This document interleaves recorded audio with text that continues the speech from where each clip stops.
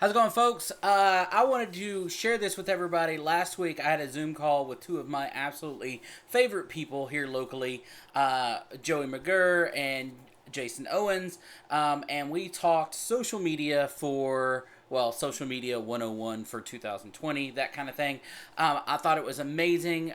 We're all here local in the Austin area, specifically the Cedar Park area, so I thought it'd be a great part of Local Living ATX. You can also see it on Joey McGurr's Facebook channels. He does these kind of business Zoom calls all the time. I hope to do more of them for you, but I hope you enjoy. See you on the other side. Okay. Welcome to another fun week with my buddy Robert and Jason. We're going to be talking about social media for specifically the real estate industry, but even more narrow and specific, we're going to be talking about how Robert has used it over the last, 10 years, 15 years in his Mm-hmm. own business and all the things that he's doing with it now, all the things that he's learned. This is a gentleman who constantly plays with new technology, tries to break it, finds finds where it's Absolutely. finds where its limit is, and then learns to use it to its capacity. Whereas a lot of people might use something only 10%. He really does take it to the extreme. And then what's great about that is because he's in real estate, he's not a digital marketer. He learns the same kind of things that digital marketers learn, but he's so open and willing to just talk and share about that. And I'm just thrilled that we got to meet a couple of years ago and that we're friends and that I've asked him to come on here and share with you guys what he knows. So Robert, why don't you go ahead and take a minute, introduce yourself, and let folks know who you are. Well, as Joey said, my name is Robert. I'm also known as the Big Man in Real Estate. I have a Big Man in Real Estate team here in Central Texas. I actually have several hundred agents across the nation. I'm part owner in my brokerage, but really my passion has been, especially the last couple of years, like you said, I've catered my real estate marketing stuff to actually marketing in general. It's amazing how marketing, especially social media and digital marketing, video marketing specifically, caters to every kind of business in today's world. If you can make and follow these simple steps and really grow your business exponentially, if social media is anything that you do, right? And as you said, Joe, you and I are both information junkies, right? So anytime anything new comes out, I want to see it, apply it, use it, bend it, break it, like you said. And then one of the keys to that, I think really important up front, the tips to that, and I go into this differently, but the know your audience when it comes to breaking something, right, is that constant feedback that in today's world of Facebook Live, YouTube Live, right, and stuff like that, that interactive feedback right then can tell you everything you need to know if you're close to that bend and break moment.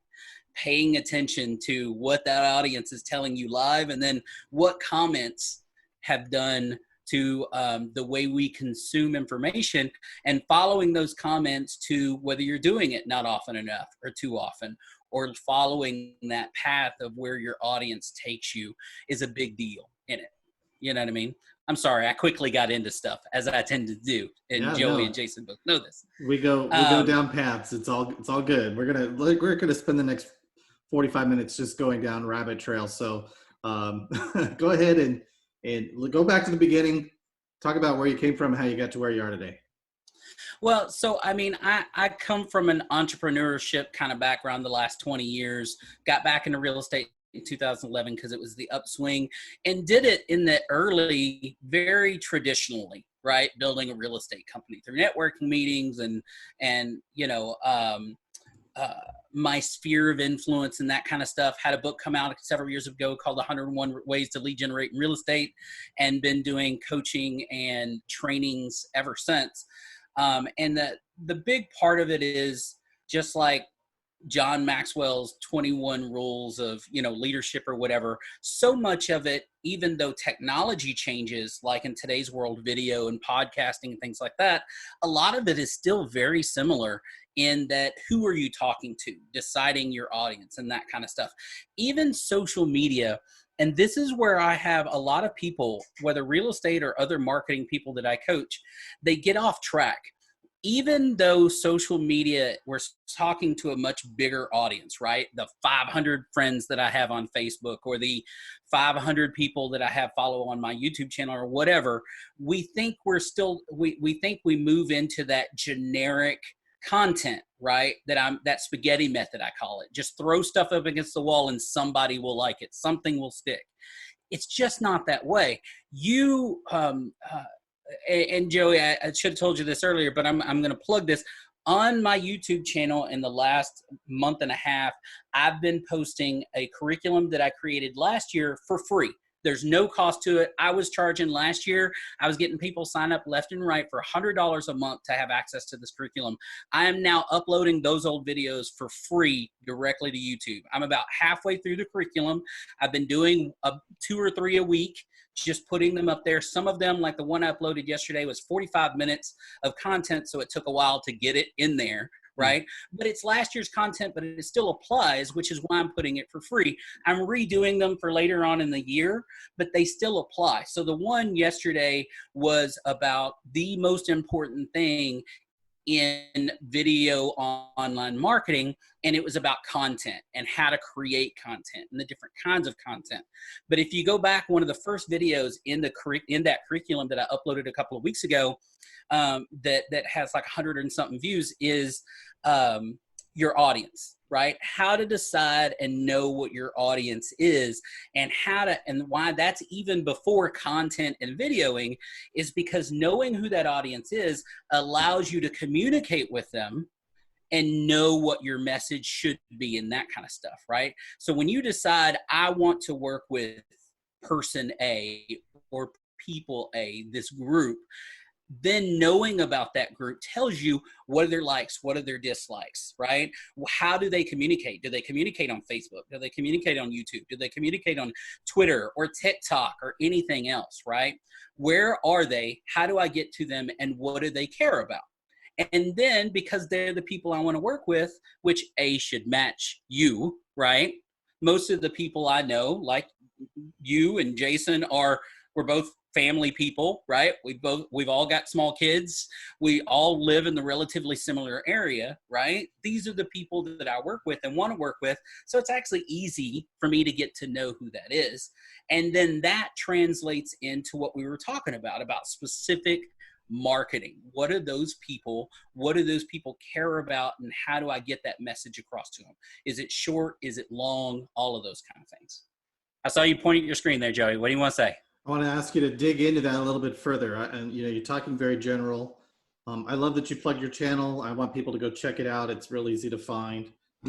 Just type in Big Man in Real Estate. That's how I found it. But yeah. When you have a unique name like that, it's really easy. Google, I'm the entire first page, right? You type in Big Man Real Estate in YouTube, in Google or whatever, you'll find all of this content and that kind of stuff. And that's the other thing that ties into this, and your audience, right? We can apply branding to everything. Joey, you and I did a podcast, 5 or 6 years ago now? A while ago, yeah. What was it? The Joey and John show, the John and Joey show. I don't remember. Yeah. But anyway, we did a podcast and we talked about that specifically, right? Branding and how important that was. In your case, it's McGurr, right? You have such a unique last name that's your brand. And you think about that in your audience, right? One of the things that I really actually, I stumbled upon the last couple of years is I used to be one of those people, because you can tell by the way I talk that I can get along with just about anybody. Mm-hmm. I can be very motivating and I can change my personality a little bit and connect with almost anybody. But what I figured out though is embracing that no matter what we're doing, even if we're that kind of person that tries to get along with everybody, you can't. You just can't. Every bit of content you create, marketing wise or personal, it doesn't matter. You're either repelling or attracting. You just are. When you're truly being yourself and not making something so generic that's trying to apply to everybody, you're either attracting or repelling. Just embrace it. Just embrace it and get over it. It wasn't easy. And I'm not saying I'm perfect at it still. I still have to work at it because it's a trait of mine. It's a personality trait of mine.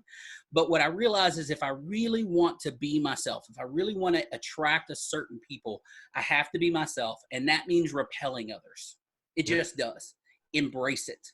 It is, because that's what's going to connect in the marketing, right? In your videos and that kind of stuff.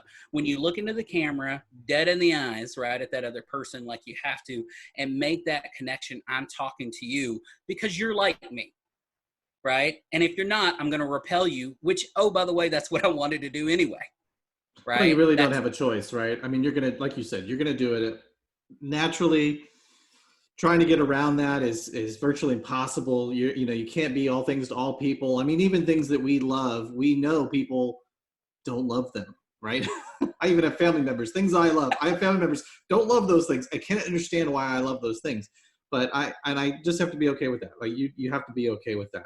Let's dig into this idea of you saying, okay, this is me. This is what I'm like. This is what I'm trying to attract, because it's like attracts like, right? So you're not trying to be yes, fake. You're not trying to be, you're not trying to be the little man in real estate or the skinny man in real estate, right? You're trying to be the big man in real estate. Doesn't mean you're trying God, to, no.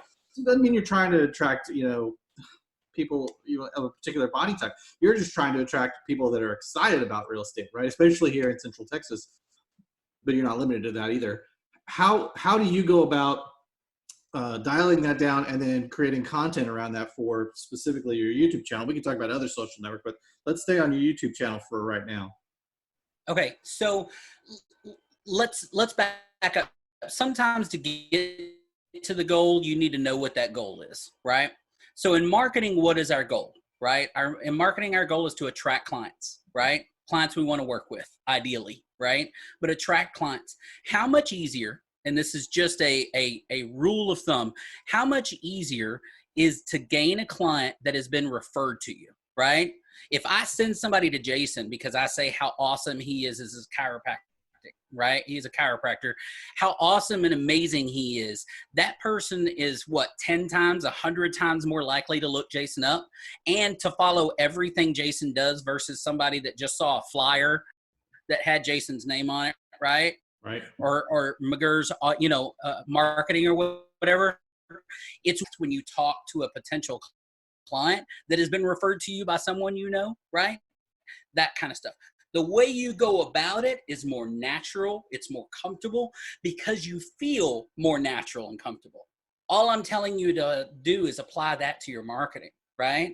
That's the deal. The goal is to have as much as your business as possible coming from referrals because that's what's natural. Then apply that to your marketing where you're that same person that's comfortable, right? And is really you. That's the goal here. So if that's the goal, that tells me who my audience is. Look at your past. Look at your past clients. Who in your database is your favorite people to work with, and then why? And that tells you your audience. We get too caught up in, well, I want my audience to be people that make income between this and this because they can afford this house and this. What? Who cares? I don't care if I sell 10 $100,000 houses or one $1 million house. That's both $1 million in sales. Okay. If I enjoy working with that person at $100,000, it's not a whole lot of work. I know who that is and I know who to target them. So start with looking back. Who do you enjoy working with and why do you enjoy working with them? Who do you connect with and why do you connect with them? Connection. When we talk about audience, for example, y'all know this about me. I have kids. They all play football. I have not yet to not coach my kids in football. I enjoy it. I enjoy the teams. I take pictures of them. I hang them on the walls. There's some of them behind me. You can see them in UT Longhorn football jerseys behind me and stuff like that.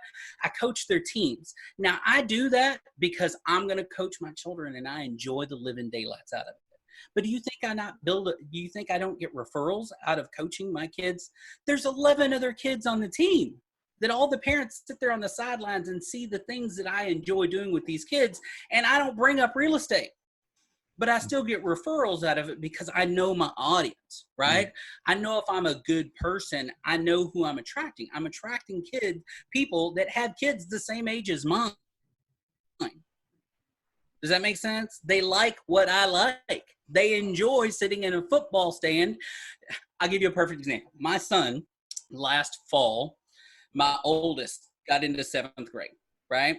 So we spent the summer no joke, at Henry Middle School because of all the football camps and wide receiver camps and quarterback camps and strength and conditioning training camps and these kind of things. He had a strength and conditioning camp from 9 to 11, Monday through Thursday, all last summer, right? And most of them were held out on the football field. And when they were on the football field, I'm that dad that sat up in the stands and watched strength and conditioning camp and quarterback camp and whatever. Did it take 2 hours out of my day or 3 hours out of my day every morning during the summer? 100%. Now, could that have cost me business because I wasn't available during that time? Maybe. I got a crazy amount of deals from the other dads sitting in the same.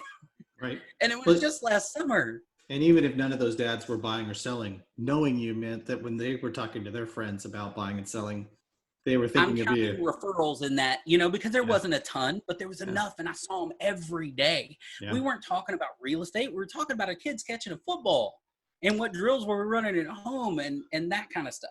Let's dial down deeper into that. I work a lot of times consulting with people around social media who are in securities, you know, and they'll tell me, well, I can't use social media because XYZ corporation that I sell, you know, do insurance for, sell stocks for, they won't let me do that. And I've been telling people this for 10 years, at least 10 years. Stop talking about people's taxes. Stop talking about their stocks and how what a great financial advisor you are on social media. That's not where it's the football camp, but you just take it on digitally, right? Like where you just kind of put that in your bio so that if somebody says, what do you do? Oh, it's in my bio, but have that opportunity to connect over something else. Years ago, I was working with a woman who is she's one of these modalities like Reiki or Feng Shui or something like that. And she was talking about wanting to use social media. This was like 9 years ago, 10 years ago. And I said, well, what else are you into? And she goes, well, I have these dogs. I love these dogs. I've always had this particular dog breed. I said, go start a meetup group for people in town who love that dog. And she had 30 people show up at the dog park at her first meeting. And she got 5 new clients out of the thing, right? Because they were talking about the dogs, but they'd said, well, what do you do? And she goes, well, I do this other thing. I'm like, you know what? My sister's dental office could really use somebody to come in and, you know, brighten the place up with whatever it is you do. And so and she got a big lesson out of that. And I wish that the tax people and the finance people and the, you know, the attorneys that are going, hey, I'm great at the law and you should hire me because I know law. It's like, of course you know law. You went to law school. Talk about something else and just say, oh, I'm a lawyer. I also practice this kind of area of law. You're going to get referrals if people like you. It goes back to the know, like, trust, right? Like it doesn't take a lot for me to know what you do now, but it takes a lot for me to, you know, you got to spend some time with me in order to bridge that gap. But I want to talk to you about one other thing. You said you don't bring up real estate. So how do you do that? I know how you do that at the networking events, and when you're sideline, you know, at the football games. How do you do that on social media? What is your strategy or technique for around making sure people know who you are professionally while you're connecting with them on a completely different level? Well, social media has made it super easy, right?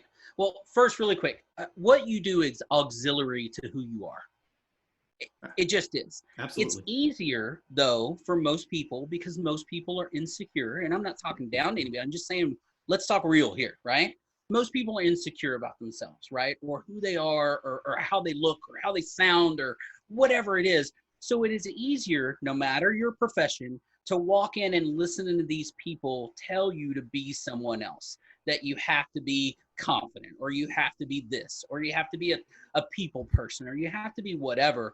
And we're constantly told not to be ourselves, which is why they're not, which is why that CPA or that whatever relies on that knowledge, is because they're uncomfortable talking about who they are personally. They are afraid that they are not good enough.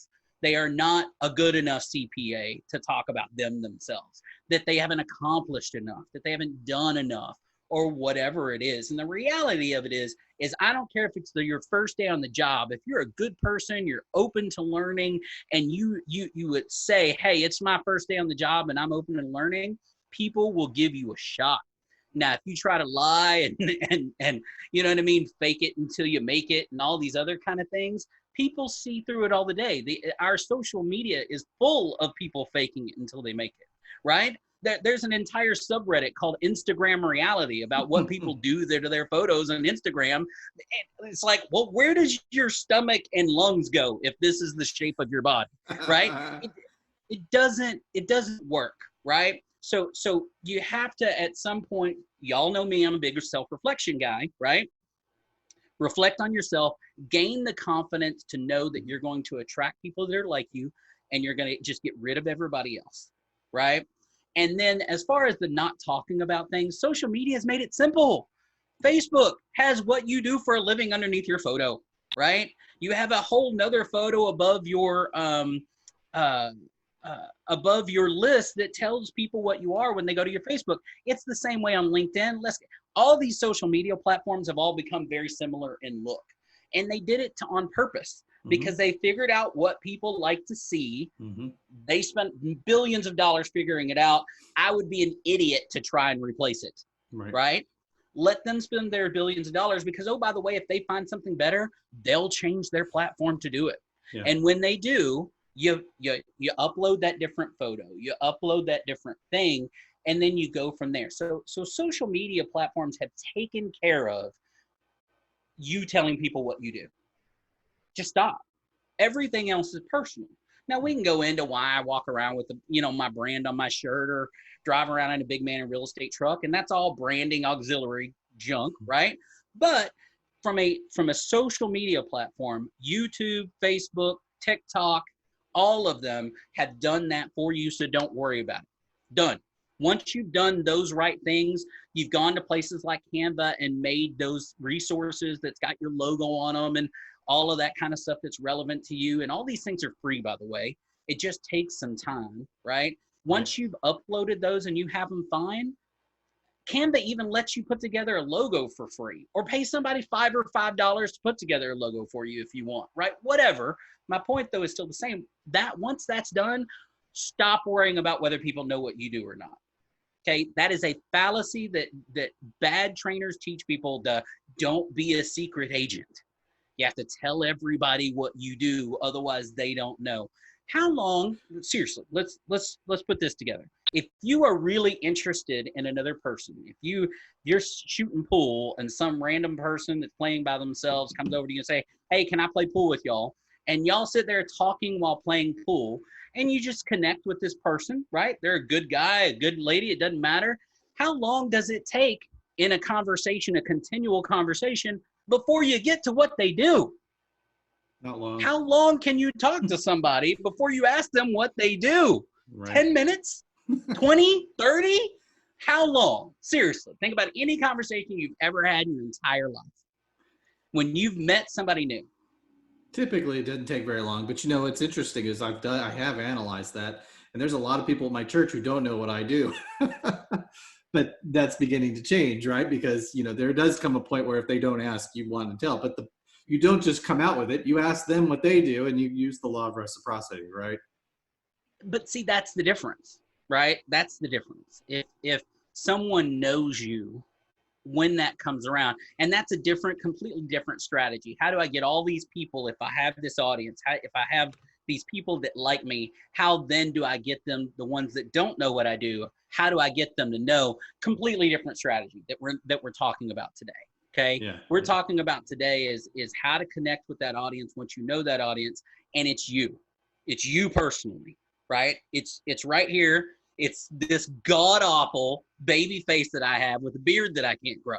Okay. It's this. Embrace it. All right. It is what it is. I like the quarantine beard. That's nice. Yeah. It's a good look. You just embrace it, man. It looks the worst when I have a face mask on, and then it's just awful. But anyway, but embrace it, right?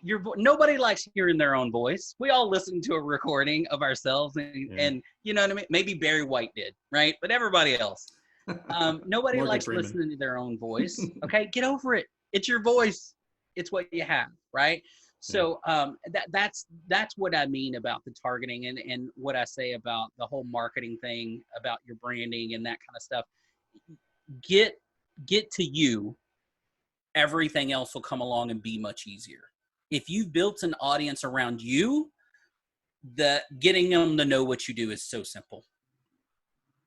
Yeah. seriously simple, That's right? super Because you've easy. already built that trust. Well, and What's up, Jason? you're creating YouTube videos that speak specifically to your industry. You're not creating videos around coaching your kids football, right? So there's that as well. So your content is also doing that for you, but then doesn't mean that the content has to.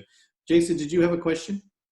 Yeah, I was going to say, well, I was going to start with a comment first because I know I've known Robert for years, and you can see it's on his shirt. When he pulls up with his blue truck, you're not like, I wonder what that guy does, and for people that don't know, it says Big Man in Real Estate on his truck, on the side of his truck, but it could be completely wrapped and all in your face. It's subtle with just the text. His shirt, is fairly subtle logo. It's not crazy. Normally on a dark colored shirt, nothing flashy, but I think that's also one of the things that Robert's done well is he's created his at a football field already know what he does, and so how can he help you? He's very quick to make it about connecting with you and not necessarily whatever he's trying to push. Sorry, I cut out a little bit. I could tell there. No, I appreciate that, Jay, but that's by design. I didn't do that on mistake, right? When you make certain things like that clear, and that's what I was talking about, branding separately from this, there are ways that you can make sure that people know what you do without ever bringing it up. Because I do drive around in that big blue truck, right? I do wear a shirt that my logo's on. It's easy to see what I do without me going, hey, it's me, I'm a real estate company. No, you don't have to be that person. And guess what? Nobody likes being that person either. I've yet to meet a single person, and I know a lot of people that are that way. And I've asked them very personally, privately, hey, do you really enjoy being this? I've done this in my seminars before. Meet that person before the seminar and that kind of, going out or whatever. And then, hey, do you mind if I ask you this question when we're doing this? And I'm like, and I've done it with 200 people in the audience, and I've yet to get a single person go, yep, that really is what drives me each day, getting up and pretending to be this person. It doesn't exist. Nobody's that, right?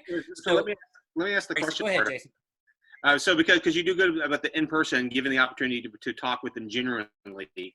So how do you do that from the in-person face-to-face? What things are you doing specifically online, YouTube, your videos to, let them know what you do rather quickly, but get to the point of helping them or benefiting them or taking care of them? What kind of tips have you found that work well for you? So go back to your audience. Know that people care about three things. Okay. They either care about information that they want, which Joe was talking about earlier. I go to Google. I need a fix for a program that's not working properly. So I go to Google and I type in exactly what I need, right? You're going to come across a video or article that fixes that particular problem, right? Entertainment. I'm doing something because it's funny. That's all TikTok is right now, right? Entertainment. And not a whole lot of education going on TikTok right now. It's a bunch of people doing the same TikTok dances or whatever, because that's what it is. It's entertainment, right? And the third option is something personal, right? Like, for example, you mentioned my football coaching earlier, right? And said, well, I don't do a lot of videos on whatever. I do actually do a lot of videos. I have videoed entire games, clip them down to just the plays. So you can go through an hour-long football game in about 10 minutes because it's just the plays. You take out all the timeouts and all that. And then I upload it specifically for those parents because nobody else cares. Nobody else cares. But those 11 families and their grandparents or whatever. I actually was, for my 7th grade football team this past year, because I couldn't be a coach for my oldest, right? Because he's 7th grade Henry Middle School football. I was the voice of the 7th grade football for this past year and will be next year, right? Because I got to sit up in the stand and I got to record the games and I got to do it. And there was 2 different games that I did live audio to YouTube so that parents that weren't at the game could listen to me call the game, right? And that kind of stuff. Again, all brought to you by who? The Big Man Real Estate Team, right? It was something I was doing anyway. You can even have your own little taglines in there because who's going to stop you? I mean, you're controlling the signal. That's what this goes back to the very OBS, beginning. Yeah. If you're watching the video and using OBS, oh, by the way, when I was sending, one of the things when I did record games and I sent it to the coaches, right? So my son's football coaches, when I sent them the video so that they could watch it and show it to the kids and that kind of stuff, my logo's on the bottom of that, right? Because I filtered it through OBS and you know what I mean, and things like that. You think I didn't get a couple of emails from teachers and coaches? Again, this is the point, is it's not I'm not just creating content that is about real estate or about real estate training. All of those have a piece of the pie, right? If we were to do a pie diagram, right? You'd have your, okay, 50% is your real estate related videos, your coaching and your training or whatever, but there needs to be a slice of that pie that is about trains or NCIS or whatever else it is that you are really interested in, that you like doing with these other people, because no matter what it is, there's a billion other people that enjoy the same weird thing that you do, right? Yeah. And that's the whole point. For me, it's coaching my kids football and sports is that to me. So by creating that, I then create that audience that then translates, because they see this. Let's just say in this case, a coach sees that big man in real estate and I'm sending them those weekly videos. How educational, right, is that, and helpful is that to a football coach to now have tape on their football program and see who's doing what, and you know what I mean, who's taking off plays from the kid's perspective or whatever. How helpful did they find that during the season, right? And then they see that logo, they're going to type it into Google, and then they get to my Facebook, they get to my YouTube channel. They become subscribers and other things because I did something that was for them. Not because they would go and subscribe, but because I was going to do it anyway. Now, you're not uploading these videos to your Big Man in Real Estate channel. How many channels do you have on YouTube? That's the other thing that I'm doing this year. I'm consolidating. I used to go out and build channels specifically for certain kinds of content because that was kind of the thought, right? Yeah. You know what I mean? The Local Living ATX is a channel that I created. And then, you know what I mean? Open House Search Austin was another create. And I had all these channels and I was doing all these different videos, and I think it was just too thin, right? So this year I've decided that I'm consolidating all of those. I have those different front cards, I guess you call them on YouTube, right? What shows up as a picture. Mm-hmm. I'm still calling it Local Living ATX. I talked about the Bell Boulevard redevelopment project a couple of days ago. Yes, sir. I just want to, that's so brilliant what you're saying right now, is because what you've been doing all along is siloing your audience, right? So you might have 2,000 people, but you've got 200 here and 200 here and 200 here and 200 here. But you bring those 10 channels together, you could create playlists. You could go ahead, and all of a sudden somebody's going, oh, he's also, look, oh, that's my kid playing football. I didn't even know that. I was over here looking at something else about, Austin, Texas. And so by consolidating all of that, and YouTube makes it so easy now. They didn't always, but they're making it so much easier now for you to do that you are now created this Big Man in Real Estate branded channel. It's almost like a television network, right? But it has different shows, just like a television network, that allows you to be able to do your own streaming service, if you will, but you're the content creator. And I'm steering us toward this content conversation because you talked earlier, I don't know if it was in the live or if it was before I started broadcasting, but you had said that you had a few weeks ago, not long ago, had a couple of dozen subscribers, and just in the fact that this quarantine has caused you to create a bunch of new content, because you got that beautiful new studio, that room that you're broadcasting. I don't know how new it is, but I see it in your videos. You have this space now where you could just sit there at your computer and create new content when it comes to mind. You said that the content itself is grown exponentially, your audience. So I want to talk about that, what you think is happening that from your content that's causing that audience to grow. And I also want to dig in to see if there's anything else that you're doing. Are you sharing your content in other ways, in other places, on other channels to help drive traffic back to your channel? So what can you tell us about that? So like you said, 4 or 6 weeks ago, when I really started driving content again, and again, this goes back to you and I being kind of tech and information junkies, right? We want to try everything until it breaks. So I've got a little extra time. I've got this, like you said, and I'm very appreciative of my setup here. I've got this setup that I've created, and I decided, you know what? Let's just start generating information. And I knew that I wanted to post those old videos for free because people were calling me, asking me daily questions. And how do I do this? How do I do this? How do I do this video? How do I do this podcasting? How do I get started on some things that I had done previously? So it kind of linked up, right? So I started driving that content, and essentially in that 4 to 6 window, I've gone from a couple of dozen, like you said, subscribers on my main Big Man in Real Estate Team YouTube channel to now, just before we started this, I looked it up, I'm at 509. Okay, now I don't know what percentage that is in an increase, but it's gone up exponentially. And what I'm being told by those comments, listening to my audience, whatever, it's because timing, right, with the COVID-19 and everybody being home, and two, the consistent. I've uploaded every single day, Monday through Friday almost, for like the last 4 weeks. I've uploaded content, right? Something, no matter what it was, whether it was one of those training modules that I was talking about, or something like I was telling y'all today. The video I've got uploading today is when I was actually showing a house this morning, and a tip about what shouldn't be in that home, right? Which people love that kind of stuff. But that consistency is what seems to be a truth about content. People need to know that the next one's coming. When you're random or sporadic, well, I've got one video and then 5 videos next week and then one video 2 weeks later, people don't return for inconsistency. They return for consistency, right? That kind of stuff. And like you said, YouTube's made this really simple by creating playlists that you can create on your channel. When you put a new YouTube channel up, it gives you the ability to create a playlist inside your channel. So I can now use the Big Man in Real Estate Team YouTube channel and have Local Living ATX underneath it, and have the Big Man Movie Podcast underneath a playlist. And then, but when they go to those, then like you said, see these other things, right? Now that we have that ability on YouTube, I don't need a dozen different channels. I need one that I'm driving everybody to. And I think that's also helped, that one place, right, that you're driving them to.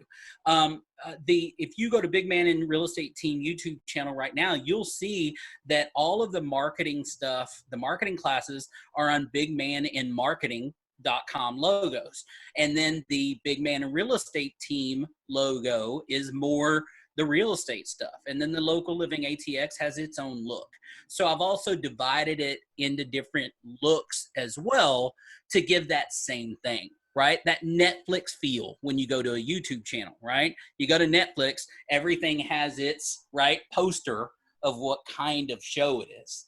This is very similar. And again, go back and watch these training videos because I separate this out. This is what we're talking about. You need to be very specific about your channel, your network, what you're trying to get back. And it all wraps back around to that audience. Who do you want to walk through your door? Who do you want to pick up that phone? What are they using? And why? That's why it makes it look that way. Now, y'all know me a long time. You know, most things I do have a reason for them. They might be right or wrong in your opinion, but that's the reason I'm doing it. And in this case, just like Netflix, you need it to make it easy for people to grasp that's the information that I want, right? That's what my audience wants, that kind of thing. People, like we said about football and the football games, the people on the opposing team and my team and that kind of stuff, that's one thing I've got to get better this coming football season is I didn't include the people on the other team, right? And then I had parents on my side sharing the video with them on them side instead of me including them. Mm-hmm. Because if they're not on those teams, they don't care. Mm-hmm. Nor should they, right? But you do want to include those because, again, it's just a way to grow that network, right? It's specifically for them and grandparents and all of that kind of stuff. So this year, I've learned a little bit more of how to make it more available to all the people that would care about that. But that's also with some of the Facebook changes and, you know what I mean, YouTube changes. Like you said, technology changes and you need to be able to leverage those in that way, if that makes sense. You raise your hand, Jason. What you got, bud?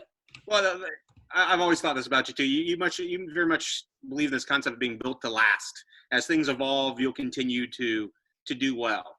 And you said it already, that you consolidated your YouTube channels. I know you're a man who doesn't lack ideas. So how do you stay consistent and not go idea chasing like myself, like Joey. We talk about this all the time. But then also, new social media. So we talk about YouTube. You got Facebook Live. TikTok's popular right now. How you not going to chase like the dog chasing the car that just drove by? How do you not do that? And and there's always new apps and new this and new that. So how do you stay consistent and keep kind of that kind of built to last mentality kind of through this stuff? I, much like the two of you, and you know this about me, am very similar to that, right? I'll try that new toy, right? Even if it doesn't work or whatever. What I have tried to do, and this comes with wisdom as age, right? As we age, we try to get better at things. One of the, y'all both, I know who Gary Vaynerchuk is, right? Gary Vaynerchuk, a couple of months ago, toward the beginning of the year, one of the things he was giving away for free was how to make 64 pieces of content in a day. And if you read through it, the simple truth of it was how to create one piece of content and use it 64 different ways.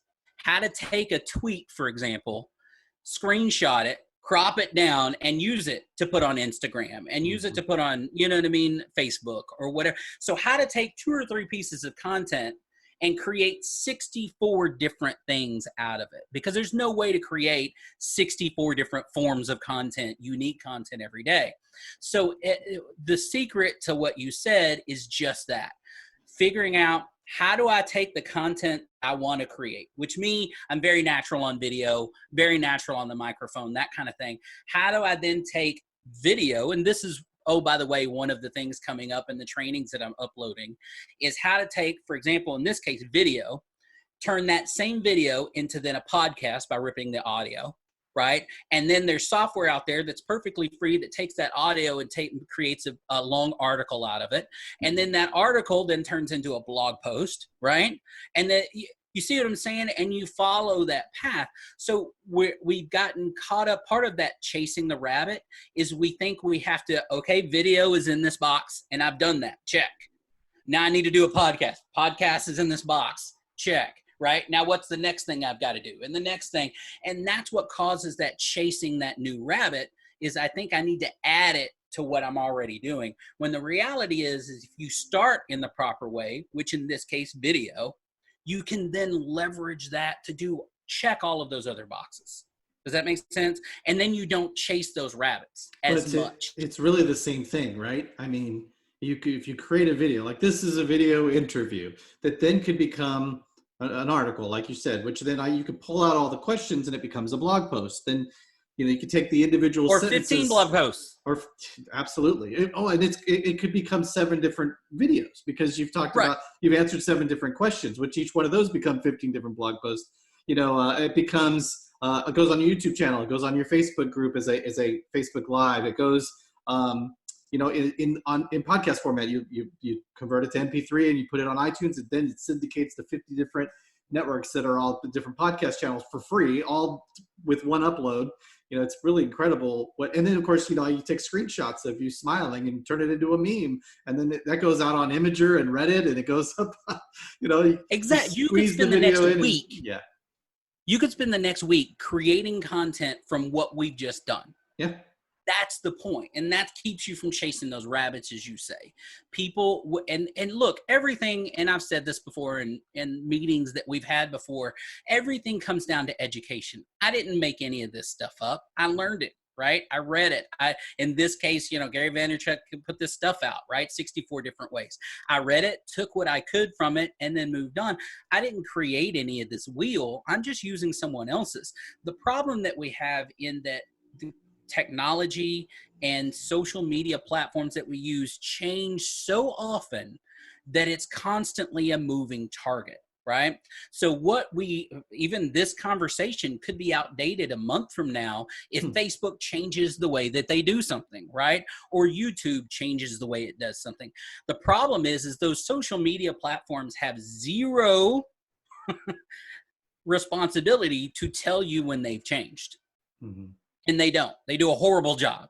Facebook should come out with every marketer that markets on their platform, right, which is millions on any given day. Facebook, they should all get an email when Facebook updates the way that they change a button over to this, or they've added this technology to that. They should, but they do not. Okay. They just don't. YouTube does it. All these different platforms do it, and they don't tell anybody about it. And someone stumbles across it, Yeah. and then they go on. It's one of the reasons that when I created this curriculum a year ago, one of the other things that I did, oh, by the way, this was not my idea. I got it from a different trainer. I created a closed Facebook group specifically for people that were in that coaching and training. Now, why did I do that? Is because one of the quickest ways for you to keep up with that new technology, those constant changes, because you can't see everything, is create a group of people that's what they do, like-minded people. So what I did is I created a closed group of people that were only in that coaching, only in that training, because that's what they were there for. And oh, by the way, only like 70% of those people in my coaching are real estate agents. The other 30% are just marketers, because it's the same thing applies to them, but created a like-minded group of people that when someone comes across something like that, they go through that group, and if they don't see it, oh man, they take some pride in being the first one. I've little bits of pride comes out when they're like, oh, I found this program that does this, and it makes this easier, and it does this. And Joey, you and I talked about XSplit, and you know what I mean? Some of these different, programs like that, but stuff like that comes out. And what I find is we're finding things, instead of finding it a month later, we're finding it days or weeks after it comes out, because somebody is stumbling across it.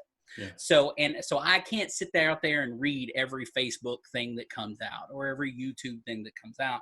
So creating a group of like-minded people can really help you stay on that forefront as well, because what I've also found is when those things do change, it takes months for your average person to get that memo, right?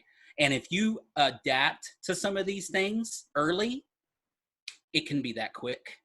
At TikTok, you said TikTok, for example, even though it's not a platform that I'm leveraging huge right now, you could be weeks into TikTok and have a huge following. Now, does that following translate into money right now? Absolutely not. TikTok hasn't gotten that far yet, right? But could it? Absolutely. Ask people that were in the first 3 or 4 years of YouTube before they started, monetizing videos and sharing that kind of stuff and that kind. That's my point, right? Is sometimes being on that. And oh, by the way, how easy is it right now? Again, not that I'm going to create a video specifically for TikTok, but just adding that to the boxes that I check of content that I'm already creating. Right. And again, consistency.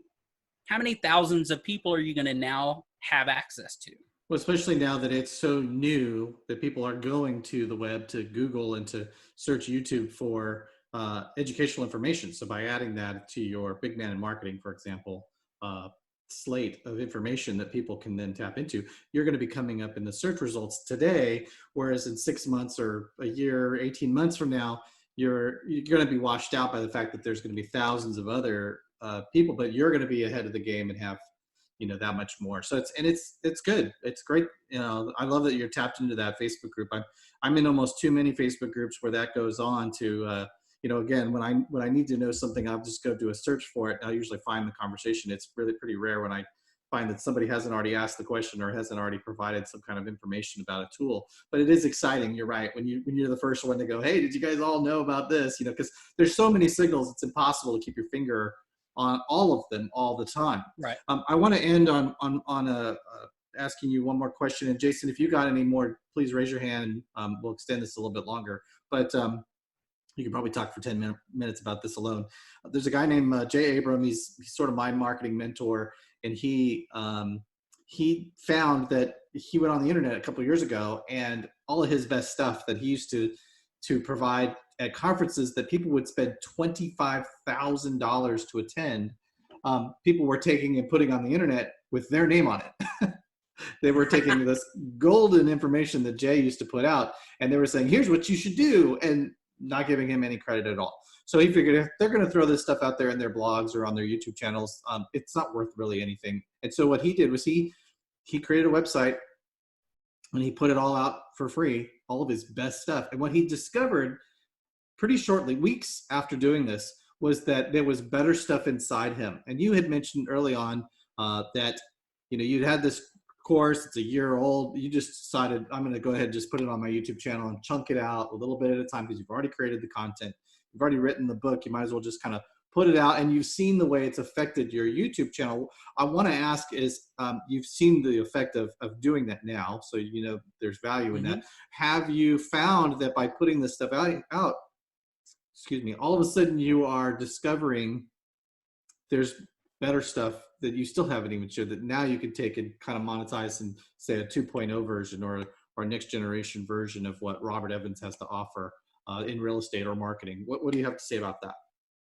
Well, absolutely. And let me separate this out. We'll talk about the business side of it in a second. But from the personal side of it, you are absolutely right. I think everybody is like this. When they go through something you've done before for a second time, and then a 15th time, and then a 50th time, you absolutely get not only get better at it, but yourself, the internal thing, you're right. You have more to give, right? You have absolutely more to give. Some of the information, this is what I like about actually social media, videos specifically. One of the reasons I created the curriculum in a video curriculum the way that I did is that I can do this. I can come back a year later, talk about the same subject, but have a year's different perspective on it. A year different, that technology has changed and whatever. This is one of the things that I actually reason I haven't written 5 more books is because I think by the time a book is published and comes out, the information may be a little off, a little not relevant, a little because it doesn't have today's perspective on it. If I come out with a video, I can update that video. Half of YouTube on any given day is saying, hey, remember when we talked about this? Here's what changed. Here's what's new. Here's what's different, right? Or whatever. Entire careers have been built on YouTube about trying the newest McDonald's burger or the newest whatever, right? They've done that video 50, what is it, Rhett and Link, one of the biggest YouTube channels on it, right? Rhett and Link. That's all. They've been doing the same thing for a decade, just trying different, the Oreo ice cream from China or the, you know what I mean? Or this, that's all their entire channel is doing the same video talking about a different spin on something they've done previously. So that's what I like about social media and this stuff now is I can make a new video that is about that same subject because something about it changed that, oh, by the way, is a big deal, right? Now let's talk about the business side of it. The business side of it, by the free, right, business side of it. One of the fastest growing business models has been the application business, apps on your phones, tablets, and whatever. And the reason they found that is what we call in the gaming industry, which I love to game, in the game industry is free to play, right? Gaming used to be about going and buying that product, right? And that's when gaming companies made their money, right? That you go out and you buy the $60 CD, you flip it in, you put it in your gaming console and you play to your heart's consent. You own it, right? What they figured out over the last 5 years is with applications and everybody walking around with the phone in their pocket, a computer in their pocket, is I can make way more money, the Fortnite method, right? I can make way more money making the game itself for free and just charging for aspects of the part of the game. That's it. It's just that simple. Fortnite, great example of this, right? Multi-billion-dollar company now that the game itself is free. And if you told somebody this, a gaming company this 10 years ago, they would have laughed in your face, by the way, right? Wait a minute, I'm not going to charge you anything for the game. And Fortnite makes billions of dollars every single year now by giving away aspects of the game that don't even make the game better. It just makes you different. Yeah. You get no upgrades for a new skin. It doesn't give you a better gun with a new skin. It just makes you look different, right? So same thing about our marketing from business standpoint. I can take all of that older content, and I would love to just say that I'm 100% altruistic in doing this, but I wanted to give that away for free and have those people use that information because it's available, but at the same time, guess what? When I built this brand new audience, now I can update all of those videos and say, hey, you want this first? You can access that, right, for a cost. Or you can get it for free down the line, just like I did last year's curriculum. You have your choice. But do you want to learn it quicker, right? So the both of them can be true, right? You can get that I'm going to give something away for free because it's the right thing to do and it helps people. But at the end of the day, you can also be that business minded, that you have a business part of the goal as well. It can be both, if that makes sense. Yeah. What's up, Jason? Well, I can say too, when you release, like you said, you went from 50 to 500 subscribers. So let's say tenfold. You know, you release this content. Let's say only 100 of them are other realtors. They're going to be in unique situations and need your expertise. How do I customize that scenario to what I do? So it creates some things you may have not thought of, new products, consulting, other opportunities that come out of that just being giving. People wanting to say, how do I make this unique to ABC scenario? So that's just something I thought of as you were talking about that right there, is that sometimes giving away stuff for free, new opportunities come from it that you never even thought of. Absolutely, because that's the point. If you were to make a bunch of videos, Jason, whether they had to do with chiropractic or not, the people that are watching, like you said, realtors watch videos too, right? So a realtor's watching my video about, like I said, this one today, uploading about a house that I'm doing. They're going to click on one of those other training videos, right? They're going to lead to that, then connects to my coaching platform, right? That then connects to everything else connects to everything else. And there's been nothing easier. We used to, Joe, you probably know this, way back when the internet first came around, there used to be these groups, and Jason, you may or may not know, but there used to be these groups, and what it was a whole bunch of people that had web pages that had similar, maybe they were in a very similar industry or whatever. It used to be a really big deal to create groups that then connected all their web pages together. And it was way before links and everybody had links on their pages and stuff like that. And I forget what it was, Circle something or whatever, but it was a particular kind of marketing that came around when they figured out that I've now have this web page. I need to link it to other people that I know. It's page, right? Now we think this is an automatic thing, but we used to have to build this. We used to have to build it out and say, no, I want you to go here from here, right? Because everything was independent, right, of itself when the internet first came around. Now we have apps and everything like that. So it's easy to connect all of that. That's why it's so important to create that. All of this comes back to you personally. What is your perspective on that conversation? What is your take on that subject? What is because if I'm just repeating what someone else said, by the way, it doesn't come across as genuine. And and I've researched this a little bit, Joey, like that guy you said that, okay, Abrams, they took their content and just rebranded it, which is called white labeling. There's a couple of people that paid me to white label the 101 ways to lead generate for their teams and stuff like that.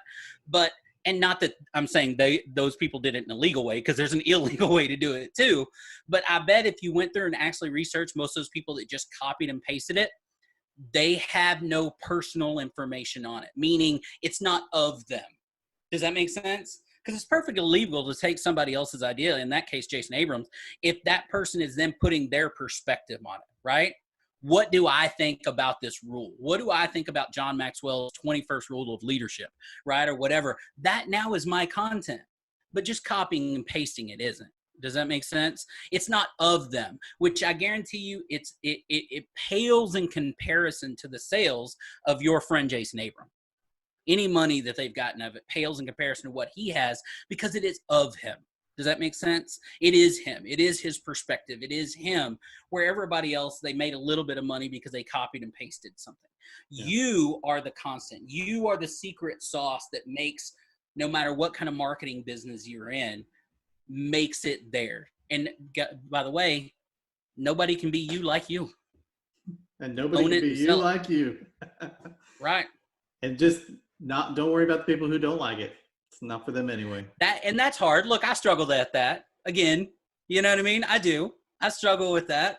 Everybody does. But again, I'm trying to get better about embracing that. Just know it. Not everybody's going to like it. There are people out there that I get too loud and obnoxious. I know that Joey doesn't love the fact that I can talk for 15 minutes without breathing. But it doesn't bother me at all. It bothers me when I have an hour and I've got 11 other people at the table who also want to talk, and you talk for 50 minutes and they all get 1 minute each. But I'm going to respond to that by I love you too. Hey man, nothing but respect, nothing but love and respect. But I'm gonna go ahead and wrap this up because we will go another hour if I don't stop it. And I've got stuff I got to do before the kid gets done with her school day. I know you guys got kids too. You got to take care of them. So, Robert, I can't thank you enough. I really appreciate your generosity in giving all this information. Anybody that's watching this needs to go check out Big Man on Real Estate's YouTube channel. And it's Big Man in Real Estate Team, brokered by, is it EXP Realty. EXP Realty. There we go. That's so just a legal thing. If you type in Big Man in Real Estate and the word Texas, you're going to find any one of his 7 brands, including his Big Man movie podcast. I'm looking at it right here. You got them all right there. I love it too because you even made it look like a brand, you branded it into a piece of wood, like a rancher or something. I love that. So hey, we can do a whole nother hour just on how to create those things. We could do a whole nother hour just on Canva or Render Forest or any of that kind of stuff. Well, let's do that. In not itself, now. Yeah, let's not do now. let's do that in a couple of weeks. I'll definitely have you back on and we'll talk more about that, Lynn, later. All right, y'all. Thanks. Appreciate y'all. Talk to you next time.